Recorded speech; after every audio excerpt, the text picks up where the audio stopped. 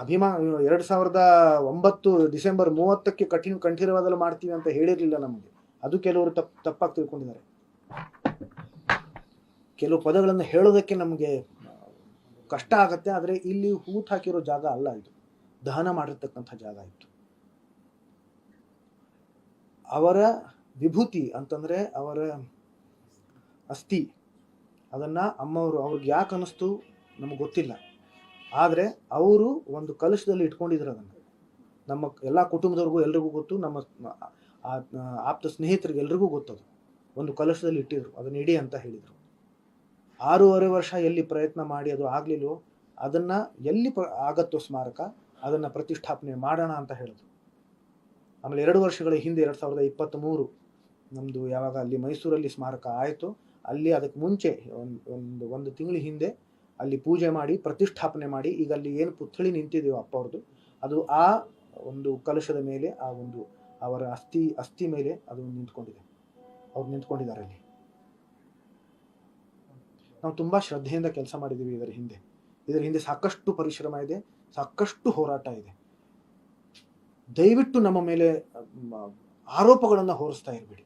ಅರ್ಥ ಮಾಡ್ಕೊಳ್ಳಿ. ಇಲ್ಲ ನಮ್ಮ ಮನೆ ಬಾಗಿಲು ತೆಗೆದೇ ಇರುತ್ತೆ, ದಯವಿಟ್ಟು ಬನ್ನಿ ಕೇಳ್ಕೊಳ್ಳಿ, ನೇರವಾಗಿ ಕೇಳಿ. ಏನಾದರೂ ಪ್ರಶ್ನೆಗಳಿದ್ರೆ ಸುಮ್ಮನೆ ಕೂತ್ಕೊಂಡು ಎಲ್ಲೋ ಕೂತ್ಕೊಂಡು ಕೆಟ್ಟದಾಗಿ ಕಾಮೆಂಟ್ಗಳನ್ನು ಬರೆಯೋದು, ಆರೋಪಗಳನ್ನು ಹೊರಿಸೋದು ದಯವಿಟ್ಟು ಮಾಡಬೇಡಿ. We don't deserve this. ಅಲ್ಲ ಸರ್, ಇದು ನೀವು ಒಪ್ಪಿದ್ರಿ ಅಂತ ಹೇಳಿದ್ರು ಸರ್. ನಿಮ್ಮ ಒಪ್ಪಿಗೆಯ ಮೇರೆಗೆ ಅಲ್ಲಿ ಮೊನ್ನೆ ಸಮಾಧಿ ತೆರವಾಗಿದೆ ಅನ್ನೋದು ಕೂಡ ಚರ್ಚೆ ಆಯ್ತು ನೆನ್ನೆ. ಅಲ್ಲಿ ನೀವು ಒಪ್ಪಿದೀರಾ, ನಿಮ್ ಗಮನಕ್ಕೆ ಬಂದಿದೆ, ಪೊಲೀಸರು ಇದ್ರಲ್ಲಿ ಸಮಾಧಿ ತೆರವು ಮಾಡುವಾಗ ಅಂತ ಹೇಳಿ ಅಭಿಮಾನಿಗಳು ಹೇಳಿರುವಂತದ್ದು ಅಲ್ಲಿ ಇದೇ ಸಮಸ್ಯೆ ಆಗ್ತಿರೋದಮ್ಮ. ನಾನು ಇವತ್ತು ಆ 2 ವಿಡಿಯೋಗಳನ್ನ ಯಾಕೆ ಹಂಚ್ಕೊಂಡಿದ್ದೀನಿ ಅಂತಂದ್ರೆ ಇದೇ ಕಾರಣ. ಈ ನಮ್ಮ ಹೋರಾಟ ಎಷ್ಟೋ ಜನಕ್ಕೆ ಗೊತ್ತೇ ಇಲ್ಲ, ಅದು ತಲುಪೋದೂ ಇಲ್ಲ. ಹಾಗಾಗಿ ಇದು ಪ್ರತಿ ಬಾರಿ ಏನೇನೋ ಒಂದು ಹೊಸ ವಿವಾದ ಸೃಷ್ಟಿ ಆದಾಗ ನಮ್ಮನ್ನೇ ದೂಷಿಸೋ ಕೆಲಸ ಮಾಡ್ತಾ ಇದ್ದಾರೆ. ಅದು ಗೊತ್ತಿಲ್ಲ, ಅದು ಯಾಕೆ ಮಾಡ್ತಾ ಇದ್ದಾರೆ ನನಗೆ ಗೊತ್ತಿಲ್ಲ. ಆದ್ರೆ ನಮ್ಮನ್ನ ವಿಲನ್ ಮಾಡಿ ತಾವುಗಳು ಹೀರೋ ಆಗೋದಕ್ಕೆ ಪ್ರಯತ್ನ ಪಡ್ತಾ ಇದ್ದಾರೆ. ಅದು ಯಾಕೆ ಅನ್ನೋದೇ ನನಗೆ ಅರ್ಥ ಆಗ್ತಿಲ್ಲ. ನನಗ್ ಗೊತ್ತಿಲ್ಲ. ಇದು ದುರಂತ. ಇದು ದುರಂತ. ಅದು ಅವ್ರನ್ನ ಕೇಳ್ಬೇಕು ನೀವು. ಯಾರು ನಮ್ಮ ವಿರುದ್ಧ ಮಾತಾಡ್ತಾರಲ್ಲ, ನೀವು ಅವ್ರನ್ನ ಹೋಗಿ ಕೇಳಿ. ಯಾಕಂದ್ರೆ ಈಗ ಅದು ಮಾಡ್ತಾ ಇದ್ದಾರೆ ಅನ್ನೋದು ನಮಗ್ ಗೊತ್ತಿರಲಿಲ್ಲ ವಿಷಯ. ಆದ್ರೆ ಕೆಲವು ಅಭಿಮಾನಿಗಳು ನಿಮ್ಮ ಹತ್ರ ಅದನ್ನ ಹೇಳ್ಕೊಂಡಿದ್ದಾರೆ. ನೀವೇ ಅವ್ರನ್ನ ಕೇಳಬೇಕು. ನಮಗ್ ಗೊತ್ತೇ ಇಲ್ಲ. ಈಗ ಅಭಿಮಾನಿಗಳು ಹೇಳ್ತಾ ಇರೋದು, ನೀವು ವಿಷ್ಣು ಸರ್ ಅವರ ಫ್ಯಾಮಿಲಿಯವರು ಅಭಿಮಾನಿಗಳನ್ನ ಹತ್ರ ಸೇರಿಸ್ಕೊಳ್ತಾ ಇಲ್ಲ, ದ್ವೇಷಿಸ್ತಾ ಇದ್ದೀರಾ, ಅವ್ರನ್ನ ದೂರ ತರ್ತಿದ್ದೀರಾ. ಅದೇ ಈ ಒಂದು ರೀಸನ್ ಗೆಲ್ಲ ಕಾರಣ. ಮಧ್ಯದಲ್ಲಿ ಆಗ್ತಾ ಇಲ್ಲ, ಕಿಕ್ಕಾಟ ಇದೆ ಅಭಿಮಾನಿಗಳ ವಿಷ್ಣು ಕುಟುಂಬದವರ. ನಾನು ಅದಕ್ಕೆ ಆ 2 ವಿಡಿಯೋಗಳನ್ನ ಇವತ್ತು ಏನ್ ಹಂಚ್ಕೊಂಡಿದ್ದೀನೋ ಅದಕ್ಕೋಸ್ಕರನೇ ಹಂಚ್ಕೊಂಡಿದ್ದೀನಿ. ಆ 2 ವಿಡಿಯೋಗಳು ನಾನು ಅಭಿಮಾನಿಗಳನ್ನ ನಮ್ಮ ಮನೆಗೇನೆ ಕರೆಸಿ, ಇದೇ ಮನೆಗೆ ಕರೆಸಿ ನಾನು ಚರ್ಚೆ ಮಾಡಿರ್ತಕ್ಕಂಥ ವಿಡಿಯೋಗಳು. ನಾನು ಅಭಿಮಾನಿಗಳ ಜೊತೆಲಿ ಚರ್ಚೆ ಮಾಡಿದ್ದೀನಿ, ಈ ಸಂಬಂಧವಾಗಿನೇ ಚರ್ಚೆ ಮಾಡಿದ್ದೀನಿ. ಅಭಿಮಾನಿಗಳ ವಿರುದ್ಧ ನಾವು ಯಾವತ್ತೂ ಇರಲಿಲ್ಲ. ಕೆಲವು ಜನ ಇದ್ದಾರೆ, ನೀವು ಈಗ ಹೇಳಿದ್ರಲ್ಲ, ಕೆಲವರು ವಿರುದ್ಧವಾಗಿ ಮಾತಾಡ್ತಾರೆ, ನಮ್ಮ ಮೇಲೆ ಆರೋಪಗಳನ್ನ ಹೊರಿಸ್ತಾರೆ. ವಿಷಯನೇ ಗೊತ್ತಿಲ್ಲ ಅವ್ರಿಗೆ, ಸುಮ್ಮನೆ ಆರೋಪಗಳನ್ನ ಹೊರಿಸೋದು, ತಾವು ಹೀರೋ ಆಗೋದು. ನಮ್ಮನ್ನ ವಿಲನ್ ಮಾಡಿ ತಾವು ಹೀರೋ ಹೇಗಾಗ್ತೀರಾ? ವಿಷಯನೇ ಗೊತ್ತಿಲ್ಲ ತಮಗೆ, ಅದರ ಹಿಂದೆ ಇರ್ತಕ್ಕಂಥ ಪರಿಶ್ರಮನೇ ಗೊತ್ತಿಲ್ಲ, ಅದರ ಹಿಂದೆ ಇರ್ತಕ್ಕಂಥ ನಮ್ಮ ಪ್ರಯತ್ನಗಳೇ ಗೊತ್ತಿಲ್ಲ ನಿಮ್ಗೆ. ಸುಮ್ಮನೆ ನಮ್ಮನ್ನ ವಿಲನ್ ಮಾಡೋದ್ರಲ್ಲಿ ನಿಮಗೇನ್ ಸಂತೋಷ ನನಗೆ ಗೊತ್ತಿಲ್ಲ. ಆ ಜನ ಏನಿದಾರಲ್ಲ, ಅವರ ವಿರುದ್ಧ ನಾವಿದೀವಿ. ಅವ್ರ ಜೊತೆ ನಾವು ಸೇರಲ್ಲ ಯಾವತ್ತೂ. ಇಷ್ಟಕ್ಕೂ ನಾನೇನ್ ಹೇಳ್ತೀನಿ ಅಂತಂದ್ರೆ, ಇದರ ಹಿಂದೆ ಕೂಡ ನಾನು ಸಾಕಷ್ಟು ಬಾರಿ ನಾನೇ ಖುದ್ದಾಗಿ ಪ್ರಯತ್ನ ಪಟ್ಟಿದ್ದೀನಿ. ಒಂದ್ ನಿಮಿಷ ನಾನೇ ಖುದ್ದಾಗಿ, ಅವ್ರು ಯಾರ್ಯಾರು ಅನ್ನೋದು ಕೆಲವರು ನನಗೆ ಗೊತ್ತು. ಇಷ್ಟಕ್ಕೂ ನಾನೇ ಖುದ್ದಾಗಿ ಪ್ರಯತ್ನ ಕೂಡ ಪಟ್ಟಿದ್ದೀನಿ. ಬನ್ನಿ ನಮ್ಮ ಜೊತೆ ಸೇರ್ಕೊಳ್ಳಿ ಅಂತಾನು ನಾನು ಪ್ರಯತ್ನ ಪಟ್ಟಿದ್ದೀನಿ, ಸೇರಿಲ್ಲ. ಈ ಒಂದು ಮೀಟಿಂಗ್ 2 ವಿಡಿಯೋಗಳನ್ನ ನಾನು ಏನ್ ಹಂಚ್ಕೊಂಡಿದ್ದೀನಲ್ಲ, ಅವಾಗ್ಲೂ ಎಲ್ಲರನ್ನೂ ನಾನು ಬಹಿರಂಗವಾಗಿ ನಾನು ಕರ್ಸಿದ್ದೆ. ಅದಕ್ಕೂ ಅವ್ರುಗಳು ಬಂದಿಲ್ಲ. ಸರ್, ಕೆಲವರು ಅಭಿಮಾನಿಗಳು ಅಲ್ಲಿ ಸೇರ್ಕೊಂಡು ನಾವು ಪೂಜೆ ಮಾಡ್ತೀವಿ, ಊಟ ಹಾಕಿಸ್ತೀವಿ, ರಕ್ತದಾನ ಮಾಡ್ತೀವಿ, ಇದ್ ಮಾಡ್ತೀವಿ ಅಂತ ವ್ಯಾಪಾರೀಕರಣ ಮಾಡ್ಕೊಂಡಿದ್ದಾರೆ ಅಂತ ಕೂಡ ಒಂದು ಸುದ್ದಿ ಇದೆ. ಅವ್ರು ಮಾಡ್ಕೊಂಡಿದ್ದಾರೆ. ನೀವಲ್ಲ ಸರ್, ಅಭಿಮಾನಿಗಳು ಕೆಲವು ಹೆಸರಲ್ಲಿ ಈ ರೀತಿ ಕಾರ್ಯಕ್ರಮಗಳು ಮಾಡ್ತೀವಿ ಅಂತ ಹೇಳಿ ಹಣ ಮಾಡ್ಕೊಂಡಿದ್ದಾರೆ ಅನ್ನೋದು ಕೂಡ ಕೇಳಿ ಬರ್ತಾ ಇದೆ. ಒಂದ್ ಕಡೆ ಅದು, ಇನ್ನೊಂದ್ ಕಡೆ ಮೈಸೂರಲ್ಲಿ ಸ್ಮಾರಕ ಆಗಿರೋದ್ರಿಂದ ಇಲ್ಲಿ ಸಮಾಧಿ ಇದ್ರೆ ಸಮಸ್ಯೆ ಆಗುತ್ತೆ, ಎಲ್ರು ಅಲ್ಲಿಗೆ ಅಭಿಮಾನಿಗಳು ಹೋಗ್ಲಿ ಅನ್ನೋ ಉದ್ದೇಶ ವಿಷ್ಣು ಕುಟುಂಬಕ್ಕೆ ಇದೆ ಅನ್ನುವಂತ ಮಾತಿದೆ ಸರ್. ಇದ್ರ ಬಗ್ಗೆ ಏನ್ ರಿಯಾಕ್ಟ್ ಮಾಡ್ತೀರಾ? ಅದಕ್ಕೋಸ್ಕರ ನಾವು ಇದನ್ನ ಇದು ಮಾಡಿದೀವಿ ಅಂತ ಆ ತರ ಮಾತು ಅಭಿಮಾನಿಗಳಿಂದಾನೇ ಕೇಳಿ ಬರ್ತಾ ಇದೆ. ಅವ್ರು ಹೇಳಿದ್ದಾರೆ. ಅವ್ರು ನಿಜವಾದ ಅಭಿಮಾನಿಗಳಲ್ಲ. ನಾನು ಅದೇ ಹೇಳ್ತಿರೋದು, ಅವ್ರ ವಿರುದ್ಧವಾಗಿ ನಾವು ಇದೀವಿ. ಅವ್ರು ನಿಜವಾದ ಅಭಿಮಾನಿಗಳೇ ಅಲ್ಲ. ಅವ್ರು ನಮ್ಮನ್ನು ಕೇಳಿದ್ರ, ವಿಚಾರಿಸಿದ್ರ, ಅದ್ರ ಹಿಂದೆ ಇರತಕ್ಕಂಥ ಆ ಜನ ಯಾರು ಅದನ್ನು ತಿಳ್ಕೊಂಡ್ರ, ಪತ್ತೆ ಹಚ್ಚದ್ರ, ಏನೂ ಗೊತ್ತಿಲ್ಲ ಅವ್ರಿಗೆ. ನಮ್ಮ ಬಗ್ಗೆ ಆರೋಪ ಹೊರಿಸ್ಬಿಟ್ರೆ ನಾವು ಯಾಕೆ ಅದನ್ನು ಮಾಡ್ತೀವಿ? ಯಾಕೆ ಖುಷಿಗೆ ಮಾಡ್ತೀವಿ ನಾವು ಅದನ್ನು? ಎಷ್ಟೋ ಬಾರಿ ನಾವು ಹೇಳಿದ್ದೀವಿ, ಅಪ್ಪ ಅವರ ಬಗ್ಗೆ ಈಗ ಎಲ್ಲ ಕಡೆ ಕಾರ್ಯಕ್ರಮ ಮಾಡ್ತಾ ಇದ್ದಾರೆ, ಮಾಡ್ಕೊಳ್ಳಿ. ಪ್ರತಿಯೊಂದು ಬಡಾವಣೆಯಲ್ಲೂ ಕಾರ್ಯಕ್ರಮ ಮಾಡ್ತಾರೆ, ಮಾಡ್ಕೊಳ್ಳಿ, ಸಂತೋಷ ನಮಗೆ. ಅಪ್ಪ ಅವ್ರ ಬಗ್ಗೆ ನೀವು ಕಾರ್ಯಕ್ರಮ ಮಾಡ್ತಾ ಇದ್ದೀರಾ, ಇದಕ್ಕಿಂತ ಸಂತೋಷ ಏನಿದೆ? ಮಾಡ್ಕೊಳ್ಳಿ. ಬೆಂಗಳೂರಲ್ಲೂ ಇರಲಿ, ಮೈಸೂರಲ್ಲೂ ಇರಲಿ, ಸಂತೋಷನೇ ಅಂತ ಹೇಳಿದ್ದೀನಲ್ಲ. ನಾನು ಅದಕ್ಕೆ ಆ ವಿಡಿಯೋಗಳನ್ನು ಕಳಿಸಿದ್ದೀನಿ. ಇಲ್ಲೂ ಇರಲಿ, ಅಲ್ಲೂ ಇರಲಿ ಅಂತ ಹೇಳಿರ್ತಕ್ಕಂಥ ವ್ಯಕ್ತಿ ನಾನು, ಅಥವಾ ಹೇಳಿರ್ತಕ್ಕಂಥ ಕುಟುಂಬ. ನಾನು ನನ್ನ ಕುಟುಂಬನ ನಾನು ಪ್ರತಿನಿಧಿಸ್ತಾ ಇದ್ದೀನಿ. ಭಾರತೀಯಮ್ಮವರು ಇವತ್ತು ನಮ್ಮ ಇಲ್ಲಿ ಇದರಲ್ಲಿಲ್ಲ, ಪತ್ರಿಕಾಗೋಷ್ಠಿಯಲ್ಲಿ.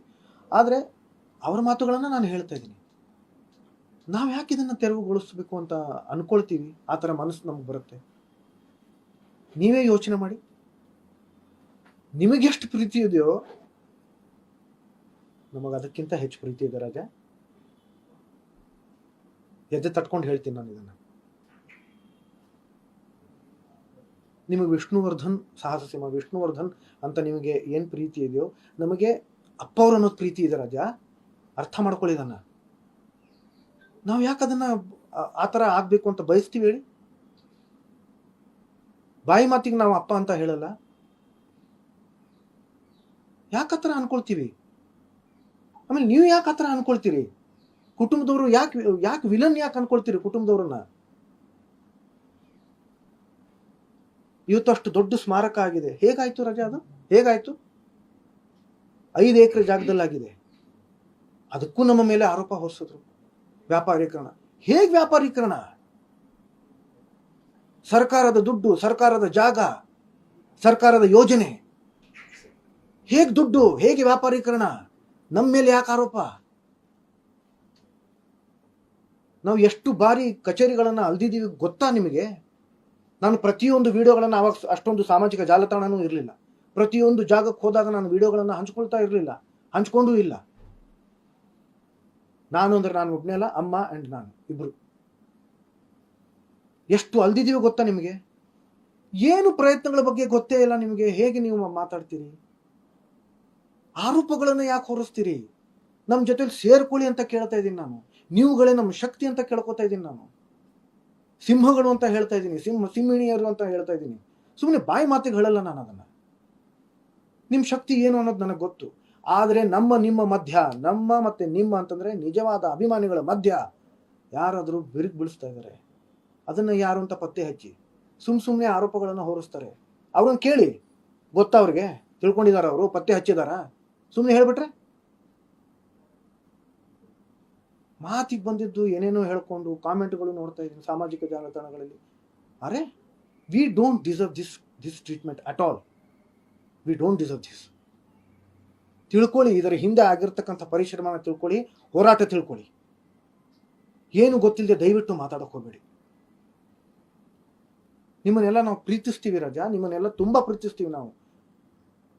ಕೇಳ್ಕೊಳ್ಳೋದು ಇಷ್ಟೇ, ದಯವಿಟ್ಟು ಅರ್ಥ ಮಾಡ್ಕೊಳ್ಳಿ ನಮ್ಮನ್ನ. ನಾವು ಇದನ್ನ ಇಲ್ಲಿ ಪೂಜೆ ಮಾಡಬೇಡಿ ಅಂತ ಯಾವತ್ತೂ ಹೇಳಿಲ್ಲ.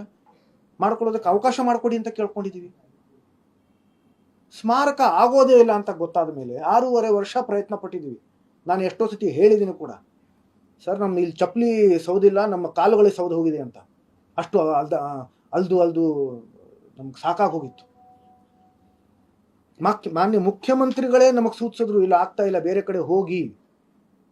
ಅವ್ರು ಹೇಳೋದ ಮೇಲೆ ಅಲ್ಲೂ ಕೂಡ ನಿಮ್ಗೆ ಗೊತ್ತಿಲ್ಲ, ನಾನು ಹೇಳ್ತಾ ಹೋದ್ರೆ ಒಂದು ದೊಡ್ಡ ಪುಸ್ತಕನೇ ಬರೀಬಹುದು. ಇಲ್ಲೂ ಬೆಂಗಳೂರಲ್ಲೇ ಎಷ್ಟೋ ಜಾಗಗಳು ನೋಡಿದ್ದಾಯ್ತು, ಅಲ್ಲೂ ಒಂದಿಷ್ಟು ವರ್ಷಗಳು ಹೋಯ್ತು. ಮೈಸೂರಲ್ಲೂ ಒಂದಿಷ್ಟು ಜಾಗಗಳು ನೋಡಿದ್ದಾಯ್ತು. ಈಗ ಆಗಿರೋ ಸ್ಮಾರಕ ಅಲ್ಲೂ ಒಂದಿಷ್ಟು ಜನ ಕೇಸ್ ಹಾಕಿದ್ರು, ಅಲ್ಲೂ ಒಂದಿಷ್ಟು ಹೋರಾಟ ಆಯಿತು. ಕಂಠೀರವ ಸ್ಟುಡಿಯೋದು ಕೆಲವರು ಕೇಳ್ತಾ ಇರ್ತಾರೆ, ಗೌರ್ಮೆಂಟ್ ಅವ್ರು ಹೇಳಿದ್ದು ನೀವು ಯಾಕೆ ಮಾಡಲಿಲ್ಲ ಅಂತ. ಅದು 2018 ಸುಮಾರು ಏನೋ ಕೇಳಿದ್ರು ನಮ್ಮನ್ನು. ಆಗ ಆಲ್ರೆಡಿ ಮೈಸೂರಲ್ಲಿ ನಮಗೆ ಜಾಗ ಕೊಟ್ಟಿದ್ರು.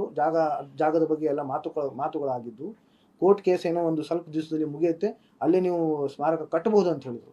1 ಜಾಗ, 2 ಜಾಗ, 3 ಜಾಗ, 4 ಜಾಗ, ಈ ಥರ ಜಾಗಗಳು ಬದಲಾಗ್ತಾನೆ ಹೋಗಿದ್ವು. ಅದಕ್ಕೆ ಅಲ್ಲಿ ಆಗ್ತಾ ಇದೆ ಈಗ, ಇನ್ನೂ ಏನು ಆಗ್ತಾ ಇದೆ, ಕೆಲವೇ ದಿನಗಳಲ್ಲಿ ಆಗೋ ಸಾಧ್ಯತೆ ಇದ್ದಾಗ ತಿರ್ಗಾ ಕಂಠೀರವ ಅಂತ ಹೇಳಿದ್ರೆ ಅವಾಗ ನಾವು ಅದನ್ನು ಬೇಡ ಅಂತ ಹೇಳೋದು. ಅದನ್ನು ಅರ್ಥ ಮಾಡ್ಕೊಳ್ಳಿ. ಹೆಚ್ಚಿನ ವಿಡಿಯೋಗಳಿಗೆ ಪ್ರತಿಧ್ವನಿ ಯೂಟ್ಯೂಬ್ ಚಾನೆಲ್ ಸಬ್ಸ್ಕ್ರೈಬ್ ಮಾಡಿ, ಬೆಲ್ ಐಕಾನ್ ಕ್ಲಿಕ್ ಮಾಡಿ.